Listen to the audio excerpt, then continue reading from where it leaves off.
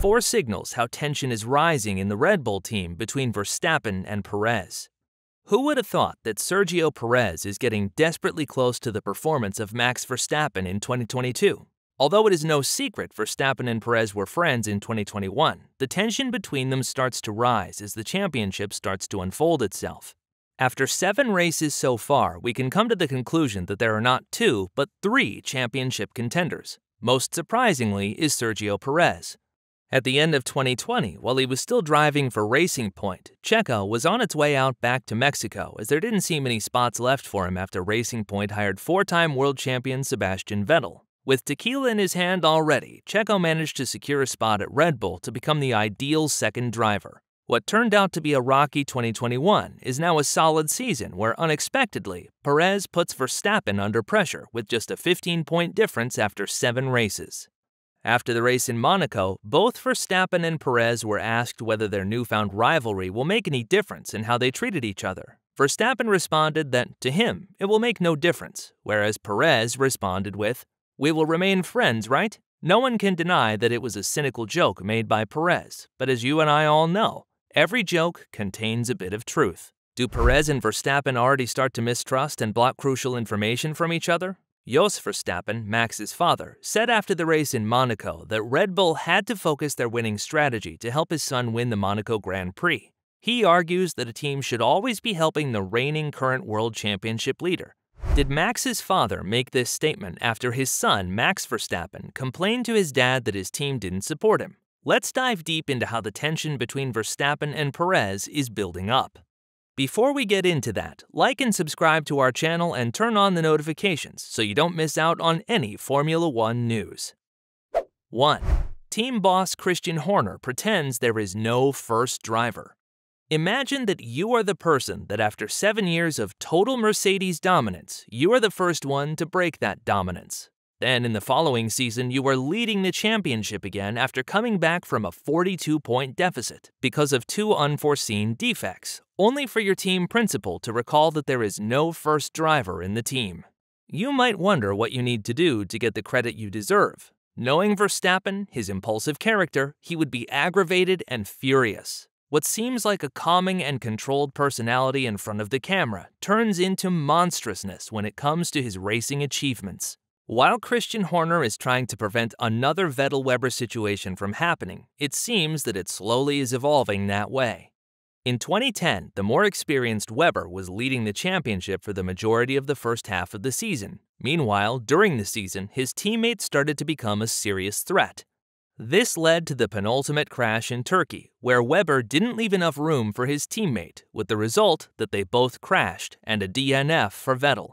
Both Horner and Helmut Marko were quick to defend Vettel, leaving a bad taste in Weber's mouth. This resulted in internal struggles, which led to an almost lost championship.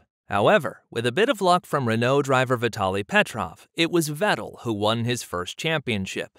Horner seems to have learned from that situation and wants to keep both drivers happy. However, in the land of competitive Formula One, you can't keep everyone happy. Horner implying that there is no first driver in the team only proves that tension is rising behind the scenes. 2. Perez carries himself more confident than ever before. It is undoubtedly an amazing start to the season for 32-year-old Sergio Perez. After 7 races, he is only 15 points behind his teammate, who is leading the championship. What is noticeable during the interviews is that Perez starts to carry himself more confidently and puts himself out more than ever before. Although this might seem like a good thing, it also means that Perez starts to go for his own chances in the championship and starts to become less of a team player. After the Spanish Grand Prix, Checo Perez was clear in his statement that he deemed it unfair that Verstappen didn't let him through when he was on fresher tires. He then went to find it unacceptable to let Verstappen pass for a second time that race and steal the victory. Although Perez did agree later on that Verstappen was on a faster strategy, it is noticeable that Perez becomes more vocal and demands equal treatment.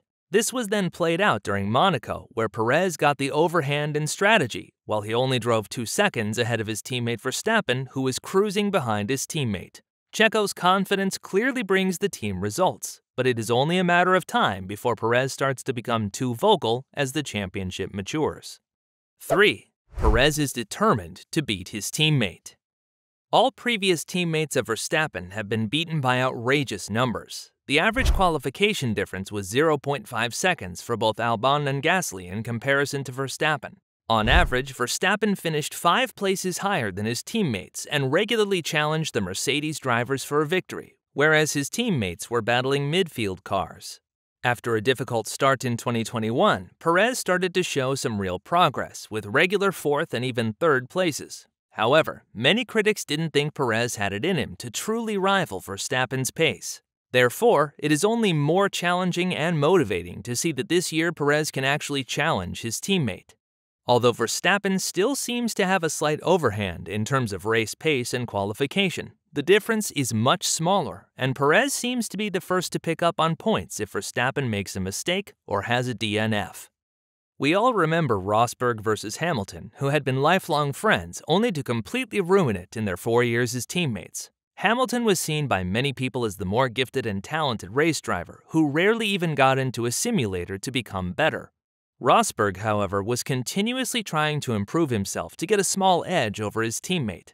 After Rosberg won the 2016 championship, he mentioned that it took him so much mental energy to beat Lewis Hamilton that he was too tired to move on. Therefore, he retired. Undoubtedly, Perez is determined to pull off a similar result as Rosberg. How great would it be to show the world and the critics that you are the one who defeated the greatest talent and Formula One champion Max Verstappen? However, this determination, as we have seen many times in the past, leads to mistrust and internal struggles. 4. Max Verstappen's dad starts to challenge Red Bull. We simply can't ignore Jos Verstappen's critics of the Red Bull team for failing to support his son Max to offer him the winning strategy.